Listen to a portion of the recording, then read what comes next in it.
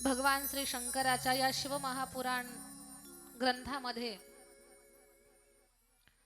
भगवान शंकराचं स्वरूप, त्यांची भक्ती, त्यांची उपासना, शिव नेमके काय आहे ते आपल्याला समजून घ्यायचं आहे.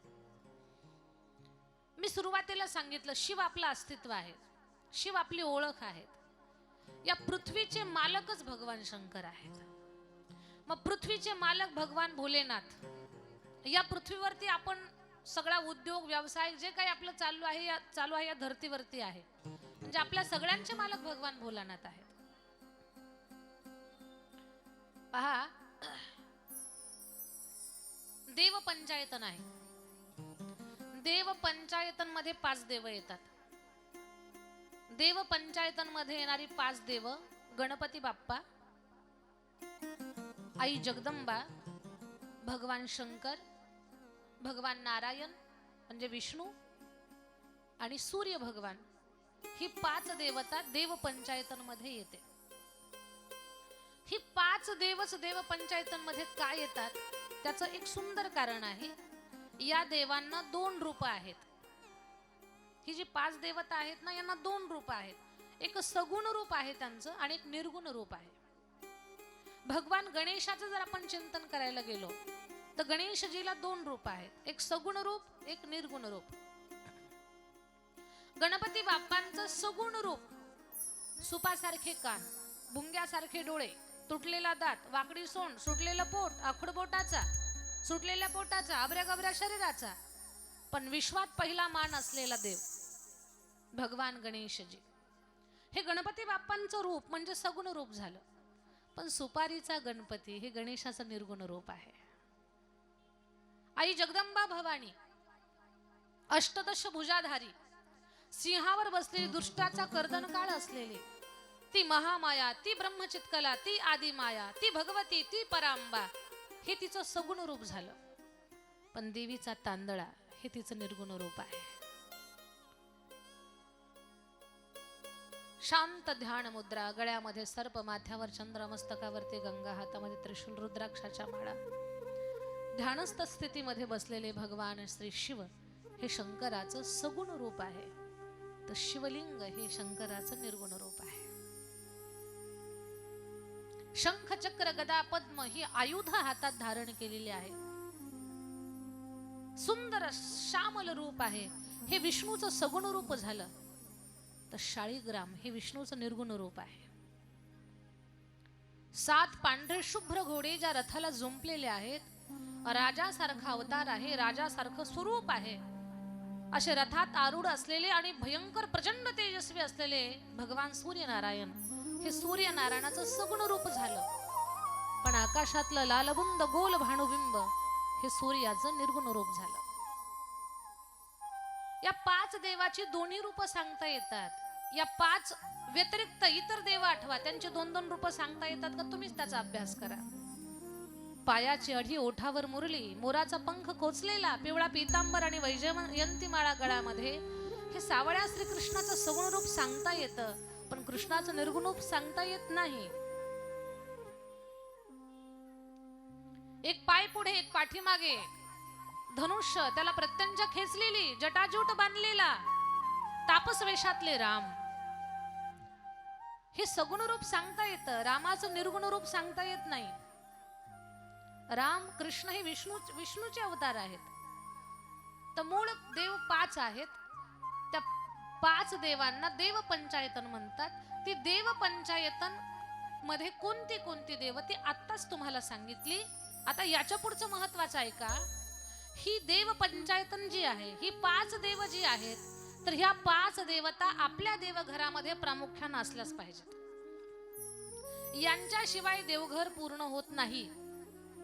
5 पैकी एक जरी कमी असेल तर आयुष्यभर पूजा करा, फळ मिळेल का नाही काही सांगू शकत नाही मी. या 5 देवता देवघरात असल्याच पाहिजेत. गणपती बाप्पा, आई जगदंबेचा तांदळा, शंकराचं शिवलिंग, धातूचं, स्फटिकाचं, पंचधातूचं, चांदीचं, पाऱ्याचं, तुमच्याकडे जे असेल ते,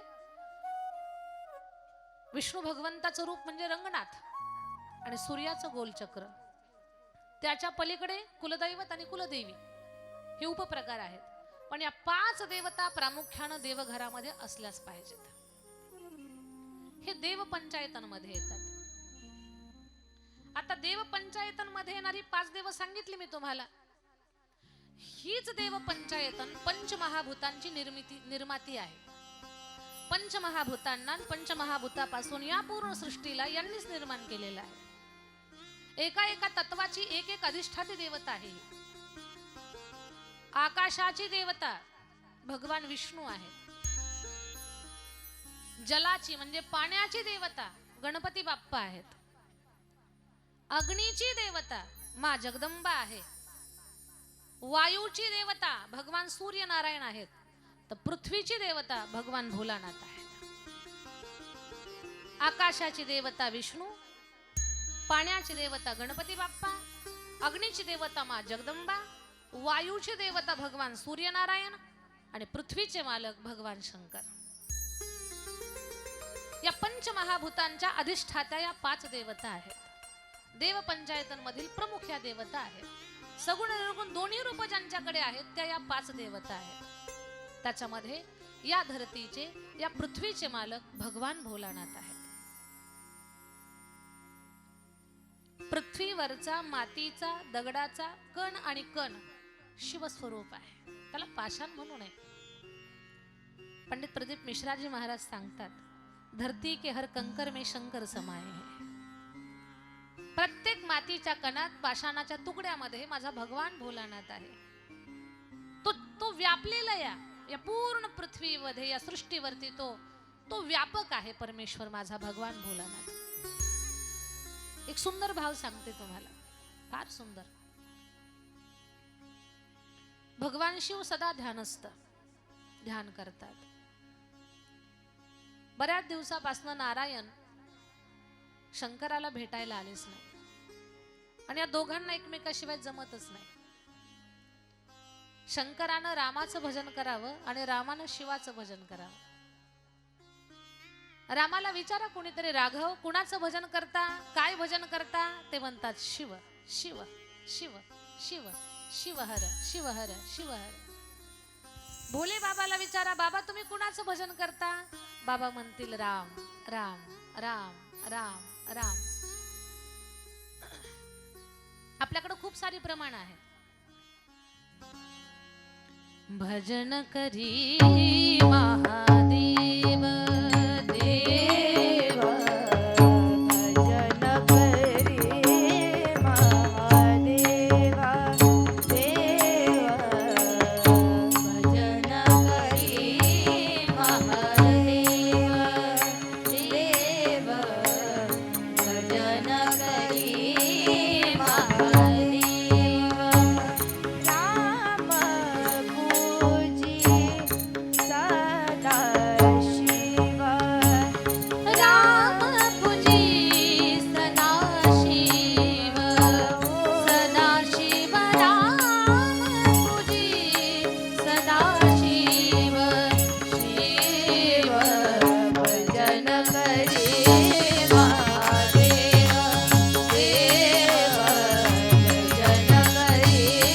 महादेव देव, भजन करी महादेव देव, भजन करी महादेव देव, भजन करी महादेव देव, भजन करी महादेव देव, भजन करी महादेव.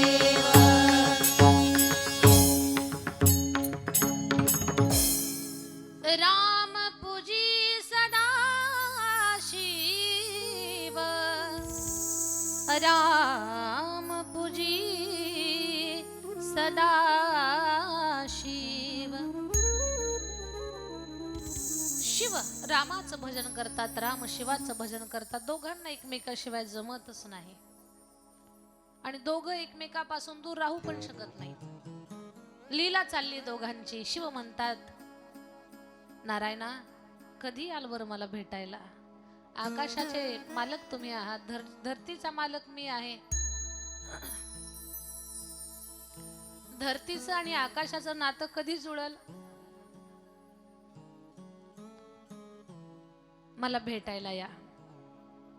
शिव म्हणतात मला भेटायला या.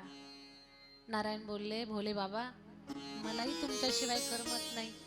भेटायला आलो होतो मी तुम्हाला, पण भेटायला आलो, एकदम जवळ आलो पृथ्वीच्या, पण कुठे पाय ठेवू तेच कळना मला.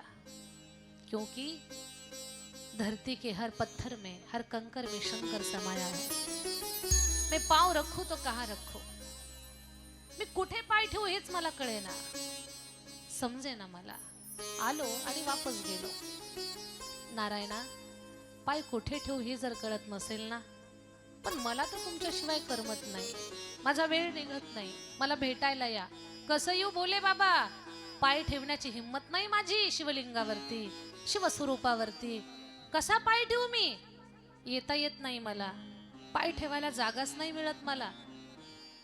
भोले बाबांना सांगितलं, नारायणा तुम्हाला पाय ठेवण्याची काळजी वाटते ना, तर असं रूप धारण करा, असं शरीर धारण करा की त्याला पायच नसतील, पायच नाहीत, असं शरीर धारण करा.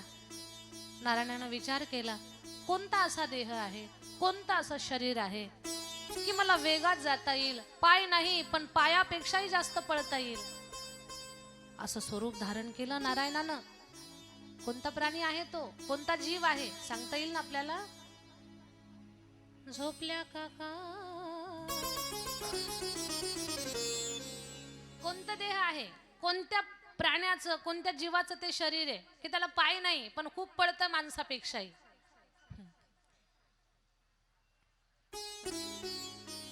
शेष भगवान. शेष रूप धारण केलं नारायणानं आणि शिवाच्या भेटीसाठी निघाले. शेष रूप धारण करून माझे नारायण निघाले. भोले बाबाला एवढा आनंद झाला, एवढा आनंद झाला. माझे नारायण आले, माझे नारायण आले, शेषाच्या रूपात आले. माझे नारायण शेष नारायण बनले. माझे भगवान विष्णू शेष स्वरूपात आले. शेष नारायण, शेष नारायण, शेष नारायण, शेष नारायण. जसे नारायण जवळ आले, महादेवाला एवढा आनंद झाला, महादेव पळत सुटले आणि त्या शेष नारायणाला अशी कडकडून मिठी मारली, अशी मिठी मारली की ते नारायण गळ्यात जाऊन बसले. अजूनही खाली उतरली नाही, ते तिथंच आहेत. दोघं तिथे सत्संग करतायत कानाजवळ. दोघांचा सत्संग चालू आहे. दोघांना एकमेकाशी अजिबात जमत नाही. नारायणाला गळ्यात घेतलं. महादेवाच्या गळ्यातल्या सापाला साधारण सर्प समजू नका, ते साक्षात श्री विष्णूचं रूप आहेत. ते शेष आहेत, पण शेष नारायण आहेत. ते उमापती महादेव की जय. पृथ्वीच्या मातीच्या कणाकणामध्ये भगवान शिव सामावलेले आहेत. भगवान भोलेनाथानं, या मालकानं आपल्यावर खुश झालं पाहिजे. पंचमहाभूतांच्या ज्या अधिष्ठात्या देवता आहेत, मी ज्या आत्ता सांगितल्या तुम्हाला, त्या अद्भुत शक्तींनी, त्या दिव्य शक्तींनी आपल्यावरती कृपा करावी. गणपती बाप्पांनी खुश व्हावं, आई जगदंबेनंही आपल्यावर प्रसन्न व्हावं, भगवान शिवानंही आपल्यावरती कृपा करावी, नारायण प्रसन्न व्हावेत, सूर्य भगवंतांना आशीर्वाद द्यावा. याच्यासाठी काही सोप्या गोष्टी आहेत आणि खूप काही चांगलं सांगण्याचा प्रयत्न करणार आहे. या 5 देवता प्रसन्न होण्यासाठी, यांना प्रसन्न करून घेण्यासाठी फार सोपे मार्ग आहेत, फार सोपे मार्ग. लक्ष देऊन ऐका बरं. दृष्ट माणसाची सावली सुद्धा आपल्यावर पडू नये, असं किती लोकांना वाटतं? मला वाटतंय म्हणून मी हात वरती करते. आपल्यापैकी कुणालाच वाटत नाही का? हा, मोकळ्या मनानं बिंदास 7-8 दिवस असंच चालणार आहे. हात वर घ्या, खाली करा, आगे बढ़, पीछे मुड, लेफ्ट राईट, हे चालूच राहणार आहे आपलं. हात खाली घ्या. दुर्जनाची सावली सुद्धा पडू नये आपल्यावरती, असं प्रत्येक व्यक्तीला वाटतंय, पण त्याच्यासाठी आपण काय केलं पाहिजे हे सुचत नाही. फार सोप्या गोष्टी आहेत. दुर्जनाची सावली पडू नये, वाईटाचा संग मिळू नये आणि कुणाची घाणेरडी नजर सुद्धा आपल्यावरती पडू नये. याच्यासाठी एकच करायचं, स्नान झालं की सूर्यनारायणाला नमस्कार करायचा. सूर्यनारायणाला नमस्कार फार आवडतो. आपण त्यांना फक्त नमस्कार केला की ते खुश झालेच म्हणून समजा. नमस्कारानं सूर्यनारायण प्रसन्न होतात. जुनी माणसं पहा, आता तुम्ही शहरात राहणारे माणसं, सूर्य दिसत नसेल 9 वाजेपर्यंत घराच्या बाहेर पडल्याशिवाय. पण जुनी माणसं ग्रामीण भागात खेडोपाडी जे राहतात, स्नान केलं की सूर्याला नमस्कार, सूर्याला अर्घ्य देणं. जुने ऋषी मुनी साधू संत लोटाभर जल सूर्य भगवंताला दिल्याशिवाय त्यांची दिनचर्या चालूच होत नव्हती. सूर्य नारायणाला फक्त नमस्कार करा, ते प्रसन्न होतात. नमस्कारानं सूर्य प्रसन्न होतात. दुर्जनाची सावली सुद्धा आपल्यावर पडू देत नाहीत. उद्यापासून हे प्रयोग चालू करा. प्रयोग म्हणण्यापेक्षा हे आपल्या जुन्या गोष्टी आहेत, आपण अंमलात आणण्याचा एक छोटासा एक प्रयत्न करायचा आहे. नमस्कारानं सूर्य भगवान प्रसन्न होतात. मोदक दिले की गणपती बाप्पा खुश. बाप्पांना मोदक फार आवडतात. मोदक दिले की बाप्पा खुश होतात. साडी चोळी खना नारळानं शृंगाराच्या साहित्यानं ओटी भरली काही भगवती प्रसन्न होते आपल्यावरती. आई भगवतीला काय आवडतं आपल्यावरनं घ्यायचं. काय आवडतं आपल्याला? छान साडी, मेकअपचं साहित्य, शृंगार, हे आवडतं की नाही आपल्याला? मग आपली आई आहे ती जगत जननी आहे आणि आपल्याला जे आवडतं ना हे तिच्यापासूनच आपल्याकडे आलेलं आहे. तिच्यामध्ये ते गुण आहेत अगोदर, म्हणून आपल्यामध्ये आलेले आहेत. साडी चोळी बांगडी मेहंदी हळदी कुंकू खना नारळानं तिची ओटी भरा, ती प्रसन्न होते. तिला प्रसन्न करण्याचा सोपा मार्ग आहे. नवरात्रीत 9 दिवस उपवास धरा, कोणी काही म्हणणार नाही. तुम्हाला वाटतंय ते करा, पण त्या काळामध्ये हे विसरूच नका की तिची ओटी भरणं, ती प्रसन्न होते आपल्यावरती. मोदक दिले की गणेश खुश होतात. नमस्कार केला की सूर्य भगवान प्रसन्न होतात. खना नारळानं ओटी भरली काही जगदंबा प्रसन्न होते. कान देऊ नाही का? पांडुरंगाचे वारकरी आहोत आपण, आणि आपल्या सगळ्यात पहिले लीडर वैष्णव भगवान भोले बाबा आहेत आपले पहिले वारकरी. भगवान श्री विठ्ठल भगवान श्री नारायण, नारायणाला काय दिल्यानंतर ते प्रसन्न होतात? तर आपण आपल्या जीवनामध्ये जर पर उपकार केला तर त्यानं नारायण प्रसन्न होतात. परोपकार. भगवान नारायणाला विठ्ठलाला परोपकार फार आवडतो. मग तो परोपकार तुम्ही 4 ज्ञानाच्या गोष्टीचा करा. एक थकल्या भागलेल्या जीवनात हरलेल्या माणसाला शब्दाच्या आधाराचा उपकार करा. भुकेजल्या माणसाला कोरअन्न देण्याचा उपकार करा. तहानलेल्या तांब्याभर पाणी देण्याचा परोपकार करा. आंधळ्याला रस्ता पार करण्यासाठी एक छोटीशी मदतीचा हात, तो परोपकार करा. यापैकी जे जमेल ते करा. या परोपकारानं नारायण प्रसन्न होतात. नारायणाला परोपकार आवडतो. काटकोपर नारायणाला परोपकार आवडतो. आषाढी वारी सोहळ्यामध्ये कोट्याधीश माणसं रस्त्यानं चालतात. तो कोट्याधीश तर दानपुण्य करतातच, पण ज्याच्या घरातून पाणी गळतंय, ज्याच्या घराला नीट दरवाजे नाही, अशी माणसं सुद्धा त्यांना जे जमेल ते तिथे सेवा करण्याचं काम करत असतात. का? आपल्या विठ्ठलाला परोपकार आवडतो.